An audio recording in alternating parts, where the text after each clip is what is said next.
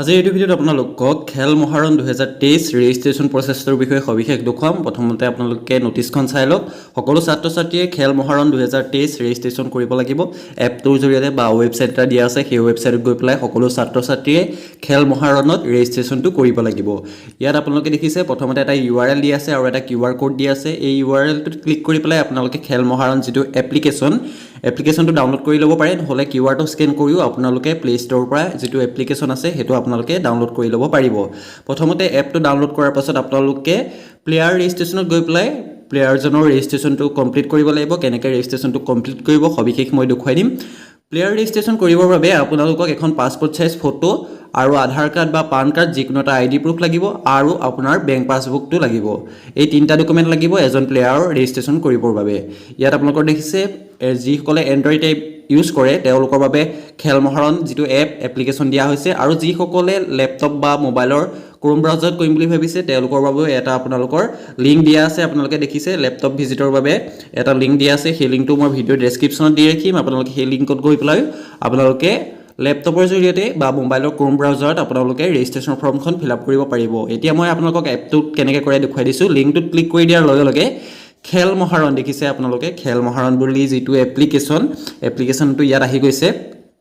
Direct মই লিংকটো আপোনালোকৰ সুবিধাৰ্থে ভিডিঅ'ৰ ডেছক্ৰিপশ্যনত দি ৰাখিম। সেই লিংকত ক্লিক কৰাৰ লগে লগে আপোনাৰ যিটো খেল মহাৰণ সেই এপটো আপোনালোকে ডাউনলোড কৰি ল'ব পাৰিব। তাৰপাছত এইখিনি আপোনালোকে পাৰ্মিশ্যনখিনি এলাউ কৰিব। যদি এলাউ নকৰে তেতিয়া আপোনালোকে ৰেজিষ্ট্ৰেশ্যন কৰিব নোৱাৰিব। তাৰপাছত অলপ সময় লোডিং হ'ব। তাৰপৰা দেখিবলৈ পাইছে আপোনালোকে খেল মহাৰণ 2023।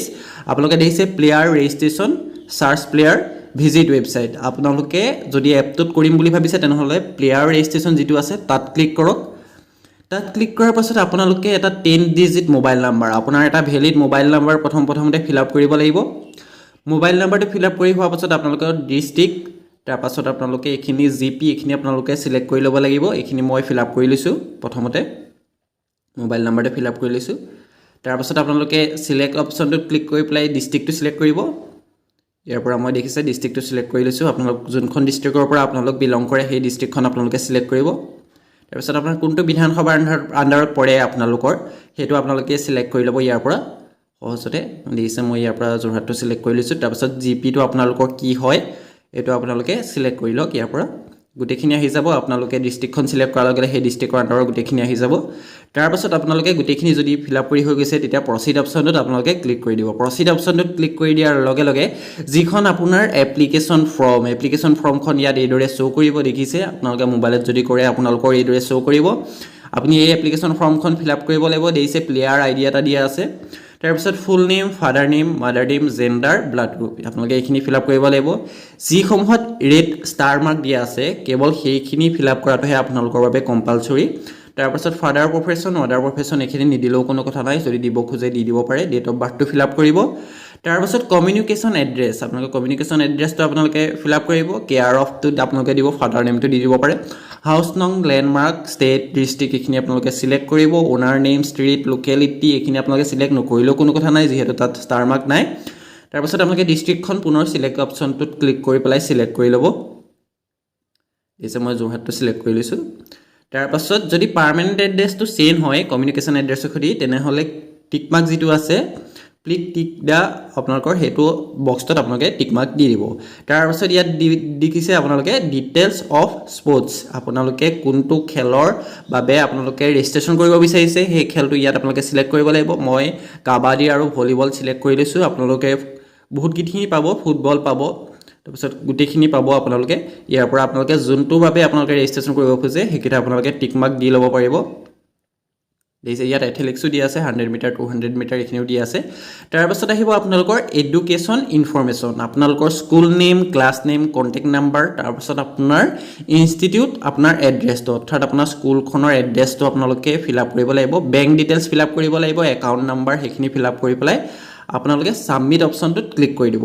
ছাবমিট অপশ্যনটোত যেতিয়াই ক্লিক কৰিব আপোনালোকে লাষ্টত আপোনালোকে দেখিবলৈ পাব আপোনালোকৰ এখন পাছপোৰ্ট ফটো, বেংক পাছবুক আৰু আধাৰ কাৰ্ড এইকেইটা আপলোড কৰিবলৈ আহিছে। পাছপোৰ্ট ফটোখনৰ চাইজ 50 KB ভিতৰত হ'ব লাগিব। ইয়াত দেখিবলৈ পাইছে চুজ ফাইল অপশ্যনত গৈ পেলাই আপোনালোকে ফটো আপলোড কৰিব পাৰিব।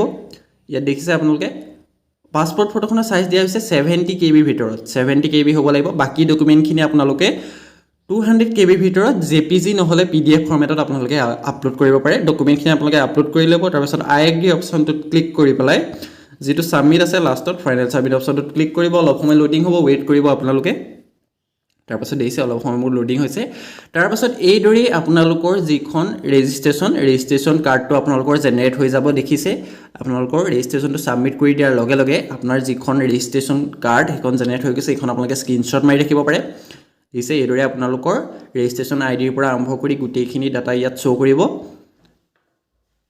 এই দৰে আপোনালোকে এপটোৰ জৰিয়তে আপোনালোকে খেল মহাৰণৰ বাবে ৰেজিষ্ট্ৰেচন কৰিব পাৰিব এতিয়া সক আপোনালোকে বেক আহি পেলাই সাৰ্চ প্লেয়াৰ যেটো আছে তাত ক্লিক কৰিব তাত ক্লিক কৰাৰ পাছত আপোনাৰ ৰেজিষ্ট্ৰেচনটো হ'ল নে নাই হোৱা সিও হ'ব বাবে আপোনাৰ ৰেজিষ্ট্ৰেচন 10 ডিজিট যেটো মোবাইল নাম্বাৰ দিছিলে সেই মোবাইল নাম্বাৰটো ফিল আপ কৰিব ৰেজিষ্ট্ৰেচন কৰোতে যেটো মোবাইল নাম্বাৰ দিছিলে মোবাইল নাম্বাৰটো ফিল আপ কৰি হোৱাৰ পাছত আপোনালোকে ডিস্ট্ৰিক্টখন সিলেক্ট কৰি ল'ব আপোনালোকৰ কোনখন ডিস্ট্ৰিক্টৰ আন্ডাৰত হয় তাৰ পাছত সাৰ্চ কৰি দিব সাৰ্চ কৰি দিয়াৰ লগে লগে এই দৰে আপোনালোকৰ প্লেয়াৰ জনৰ নামটো আহি যাব দেখিছে নেমটো আহি গৈছে আপোনালোকৰ তাত ক্লিক ভিউ ডিটেইলছত ক্লিক কৰি দিয়াৰ লগে লগে ৰেজিষ্ট্ৰেচন কাৰ্ডটো পুনৰ আপোনালোকৰ এই দৰে শো কৰিব দেখিছে আপোনালোকে যি সকলে এতিয়ালৈকে কৰা নাই খেল মহাৰণ এপটোত ৰেজিষ্ট্ৰেচন আপোনালোকে যিমান পাৰে সোনকালে ৰেজিষ্ট্ৰেচন কৰি লওক যেহেতু সকলো স্কুল বা কলেজৰ ছাত্ৰ ছাত্ৰীসকলক ৰেজিষ্ট্ৰেচন কৰিবৰ বাবে কোৱা হৈছে এই দৰে আপোনালোকে ৰেজিষ্ট্ৰেচন কৰিব পাৰিব যদি আপোনালোকে ল্যাপটপত কৰিম বুলি ভাবিছে তেনহয় ভিজিট ওয়েবসাইট বুলি ইয়াত যেটো এপটোত আপোনালোকে লিংকটো দেখিবলৈ পাব ভিজিট ওয়েবসাইট লিংকটোত গৈ পেলাই আপোনালোকে সেই লিংকটো কপি কৰি পেলাই আপোনালোকে সেই লিংকৰ জৰিয়তেও আপোনালোকে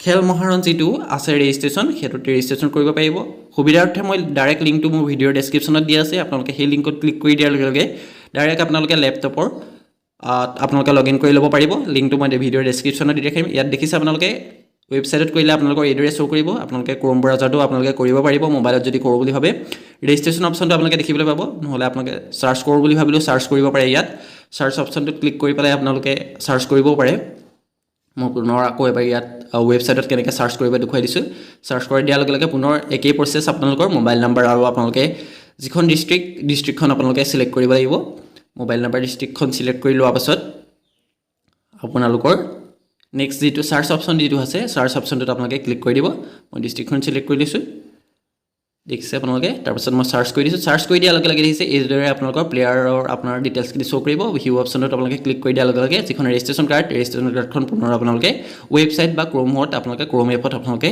এই দৰে চাব পাৰিব যিসকলে কৰা নাই এই দৰে আপোনালোকে অনলাইন যোগে এপটোৰ জৰিয়তে আপোনালোকে ৰেজিষ্ট্ৰেচনটো কৰি ল'ব পাৰিব